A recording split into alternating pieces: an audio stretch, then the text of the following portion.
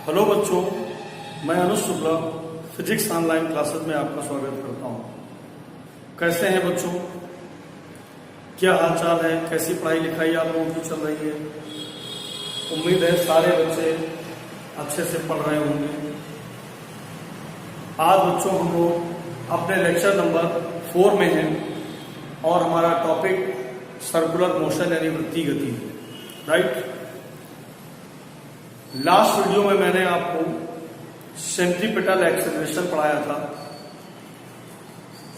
Centripetal acceleration को हम लोग हिंदी में कहते हैं अभिकेंद्र त्वरण, राइट। आज बच्चों हम लोग जानेंगे परिवर्ती वृत्तीय गति में त्वरण। परिवर्ती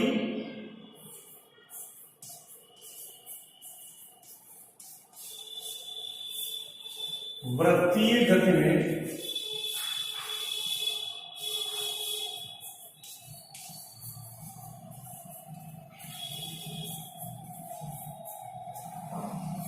परिवर्ती वृत्तीय गति में त्वरण। अगर कोई भी बॉडी एक समान वृत्तीय गति नहीं कर रही है, लास्ट वीडियो में मैंने आपको एक समान वृत्तीय गति में त्वरण फाइंड कराया था। अब बेटा अगर कोई भी बॉडी, कोई भी पार्टिकल वृत्तीय गति तो कर रहा है, लेकिन वो एक समान वृत्तीय गति नहीं कर रहा है, अब वो परिवर्ती वृत्तीय गति कर रहा है। अर्थात उसका वेग का जो परिमाण है वो भी दिशा के साथ बदल रहा है।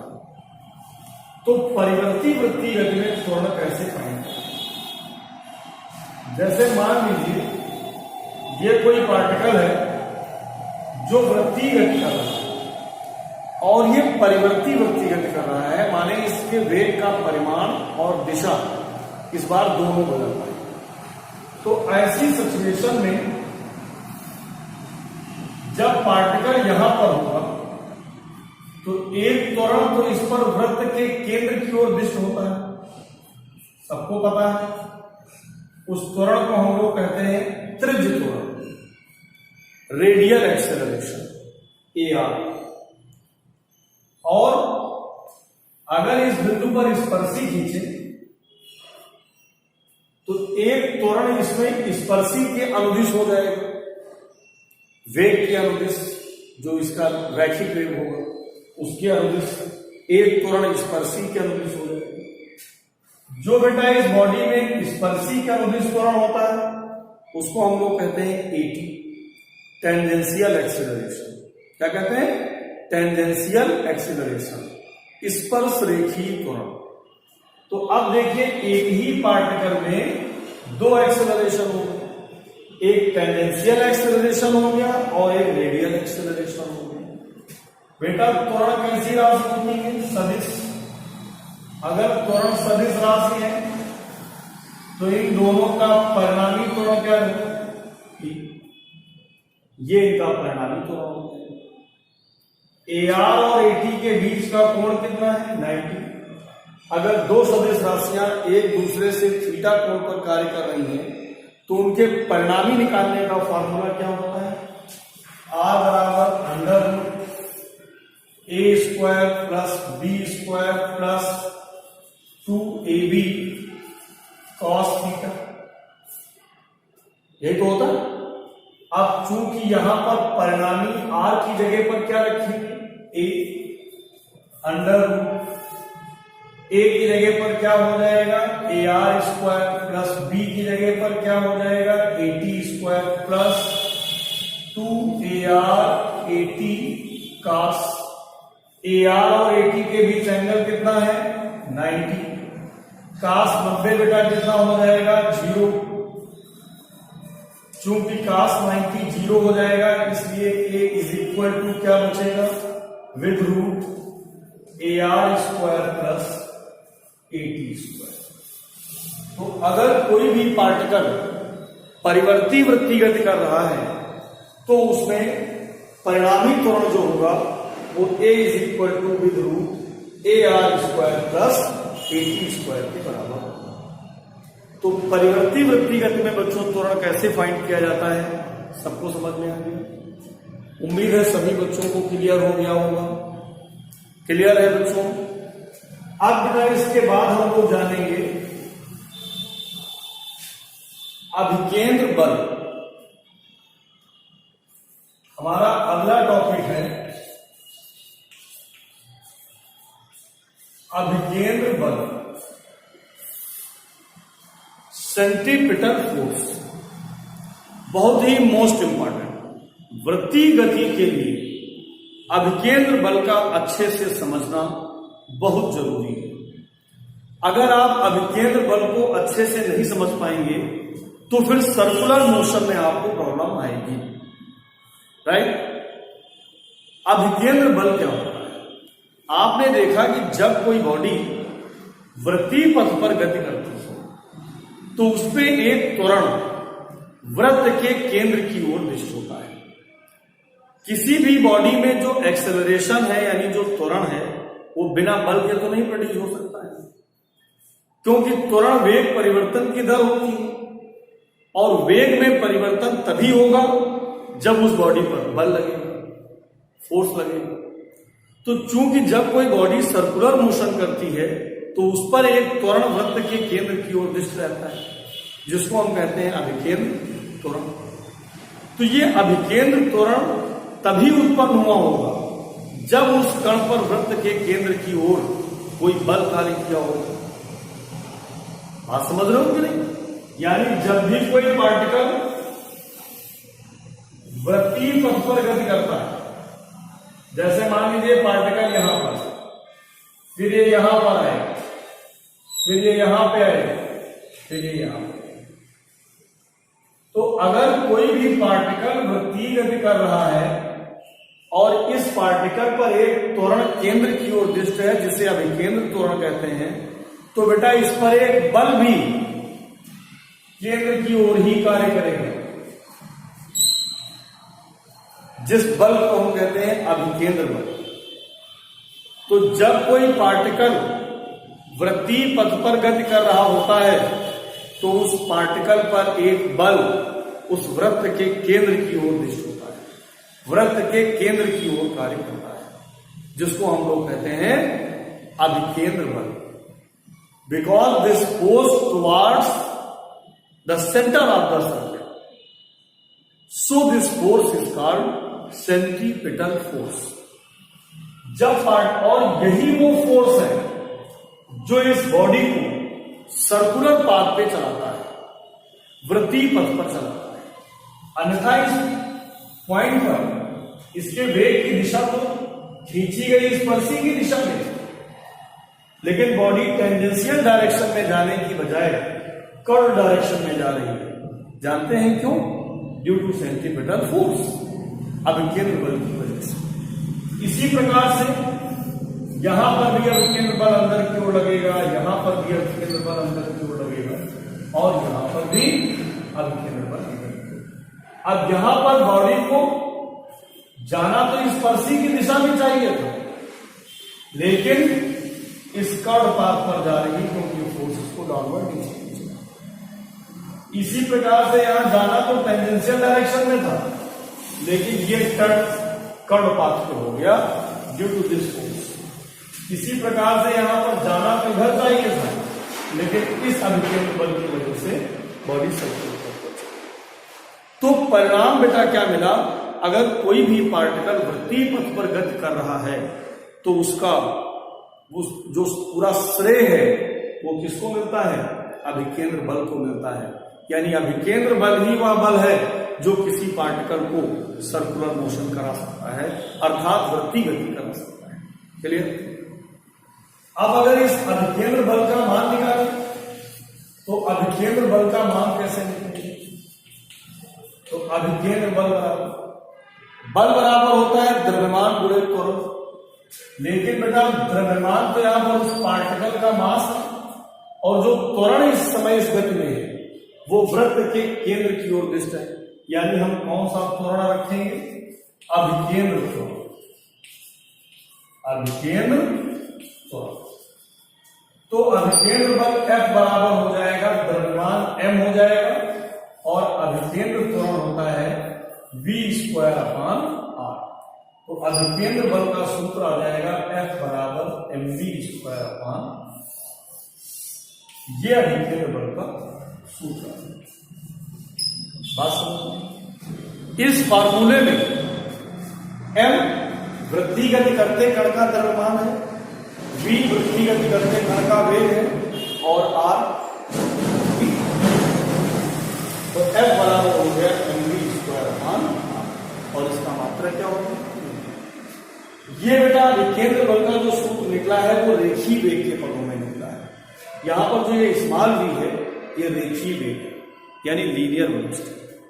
चूंकि आप जानते हो v बराबर किसके होता है? r ओमेगा, रेखीय वेग और कोणीय वेग में संबंध। अगर हम v का मान रख दें तो F बराबर m r² ओमेगा² बटे r। एक r से एक r कट जाएगा तो F बराबर mr ओमेगा। ये भी अभिकेंद्र बल का ही सूत्र है, लेकिन ये अभिकेंद्र बल का सूत्र कोणीय वेग के पदों में। किसके पदों में है? कोणीय वेग के पदों में। तो F बराबर mr ओमेगा²। चूंकि आप ये भी जानते हो बेटा हम लोग ओमेगा की जगह पर 2 पाई n भी लिख सकते हैं। अगर ओमेगा की जगह पर 2 पाई n लिखेंगे तो F बराबर m r ये हो जाएगा 4 पाई² n। ये भी अभिकेंद्र बल का ही सूत्र है, लेकिन ये अभिकेंद्र बल का सूत्र कोणीय आवर्त के पदों में। किसके पदों में? कोणीय आवर्त के पदों में। तो अभिकेंद्र बल के हमने कितने फार्मूले ड्राइव किए? 3। एक अभिकेंद्र बल का सूत्र निकाला हमने रेखीय वेग के पदों में, दूसरा हमने निकाला कोणीय वेग के पदों में, और तीसरा मैंने निकाला कोणीय आवृत्ति के पदों में। क्लियर है सभी बच्चों? कोई डाउट किसी को? आप देखिए, अब बेटा ये महत्वपूर्ण हो जाता है यहां पे कि ये अभिकेंद्र बल मुझे कैसे मिलेगा, किन परिस्थितियों में कहां से अभिकेंद्र बल हमको प्राप्त होगा। यानी दैनिक जीवन में अभिकेंद्र बल प्राप्त करने के उदाहरण, अभिकेंद्र बल किन परिस्थितियों में कहां से हमको प्राप्त होगा, ये भी जानना आपके लिए बहुत ही महत्वपूर्ण है। तो आइए आपको बताते हैं अभिकेंद्र बल किन परिस्थितियों में कहां से प्राप्त होगा। ठीक, सबसे पहले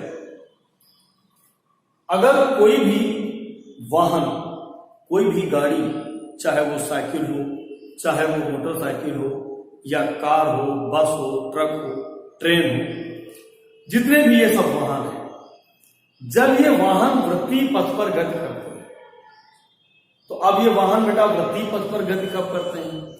जब कोई वाहन किसी सड़क के मोड़ पे मुड़ रहा होता है। जब कोई वाहन किसी सड़क के मोड़ पर मुड़ रहा होता है तो वो किस पथ पर गति करता है?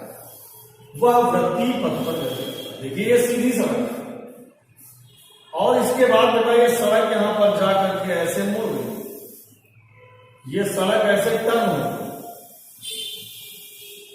इस प्रकार। तो अब अगर इसका इतना हिस्सा कट किया जाए तो देखिए ये सर्कुलर पाथ है कि नहीं, ये वृत्त का चाप बन गया कि नहीं बन गया। तो जब गाड़ी इस वृत्तीय पथ पर ऐसे घूमेगी तो जितनी देर तक इस वृत्तीय पथ पर वह गति करेगी तब तक उसे अभिकेंद्र बल चाहिए, क्योंकि अभिकेंद्र बल ही वह बल है जो इसको इस वृत्तीय पथ पर चलाएगा, और ये इस वृत्त का केंद्र होगा, सेंटर होगा। तो ये अभिकेंद्र बल इसको कहां से मिलेगा इस समय? तो जब कोई वाहन किसी सड़क के मोड़ पर मुड़ता है तो उसको आवश्यक अभिकेंद्र बल उस वाहन के पहिए और सड़क के बीच लगने वाले घर्षण बल से प्राप्त होता है। किससे मिलता है बेटा? उस वाहन के पहिए और सड़क के बीच लगने वाले घर्षण बल से प्राप्त, फ्रिक्शन फोर्स से प्राप्त होता है। तो अगर कोई वाहन किसी सड़क के मोड़ पर मुड़ रहा है तो उसे आवश्यक अभिकेंद्र बल उस गाड़ी के पहिए और सड़क के बीच लगने वाले घर्षण बल से प्राप्त हो जाता है। क्लियर? क्या पहला केस सबको समझ में है? कहां से प्राप्त होगा? घर्षण बल से प्राप्त होगा। दूसरा देखिए, जब किसी नाभिक के चारों ओर इलेक्ट्रॉन वृत्तीय पथ पर गति करते हैं, मालूम है सभी को, ये नाभिक है और ये इलेक्ट्रॉन है। तो जब किसी परमाणु में नाभिक के चारों ओर इलेक्ट्रॉन वृत्तीय पथ पर गति करते हैं तो इन इलेक्ट्रॉनों को भी अभिकेंद्र बल चाहिए, क्योंकि बेटा वृत्तीय पथ पर गति कर रहे हैं। तो इनको वृत्तीय पथ पर गति करने के लिए आवश्यक अभिकेंद्र बल इलेक्ट्रॉन और नाभिक के बीच लगने वाले वैद्युत आकर्षण बल से होता है। इससे वैद्युत आकर्षण बल से प्राप्त होता है, क्योंकि नाभिक हमेशा इस इलेक्ट्रॉन को अपने केंद्र की ओर आकर्षित करता रहता है। बात समझ में आ गई? तो इसको बेटा कहां से प्राप्त होगा, सबको क्लियर है? ध्यान रखना है सभी को कि जब कोई इलेक्ट्रॉन नाभिक के चारों ओर वृत्तीय पथ पर गति करेगा तो उसे आवश्यक अभिकेंद्र बल नाभिक और इलेक्ट्रॉन के बीच लगने वाले वैद्युत आकर्षण बल से प्राप्त होगा। राइट? थर्ड एग्जांपल में, अगर किसी डोरी से किसी पिंड को बांधकर वृत्तीय पथ पर घुमाया जाए, अगर एक डोरी ले लें इतनी बड़ी, उसमें एक पत्थर बांध लें और उसके बाद उसको हम सर्कुलर पाथ पर रोटेट करें, वृत्तीय पथ पर उसको हम घुमाएं, तो उस पिंड को वृत्तीय पथ पर घूमने के लिए आवश्यक अभिकेंद्र बल कहां से प्राप्त होगा? तो उसे भी आवश्यक अभिकेंद्र बल इस डोरी के तनाव बल से प्राप्त होगा, क्योंकि जब पत्थर घूम रहा होगा तो डोरी बिल्कुल तनी हुई होगी और डोरी का तनाव वृत्त के केंद्र की ओर दिष्ट होगा। तो ऐसी दशा में इस पिंड को आवश्यक अभिकेंद्र बल डोरी के तनाव बल से प्राप्त होता है। क्लियर? अब इसके बाद पृथ्वी सूर्य के चारों ओर परिक्रमण करती है। चौथा है, पृथ्वी जब सूर्य के चारों ओर परिक्रमण करेगी तो बेटा पृथ्वी भी तो सूर्य के चारों वृत्तीय पथ पर गति करती है। ये सूर्य है और ये पृथ्वी है।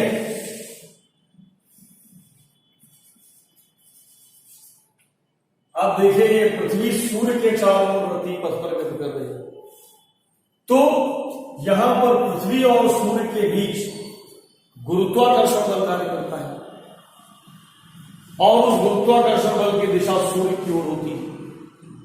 तो पृथ्वी को सूर्य के चारों ओर परिक्रमण करने के लिए आवश्यक अभिकेंद्र बल सूर्य और पृथ्वी के बीच लगने वाले गुरुत्वाकर्षण बल से प्राप्त होता है।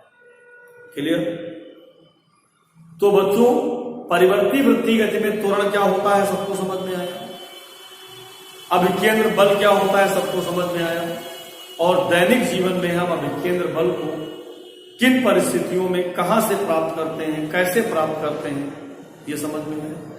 इसके बाद आगे जैसे जैसे हम लोग पढ़ते रहेंगे वैसे वैसे भिन्न भिन्न परिस्थितियों में अभिकेंद्र बल कहां से प्राप्त होगा ये हम आपको जानकारी देते रहेंगे।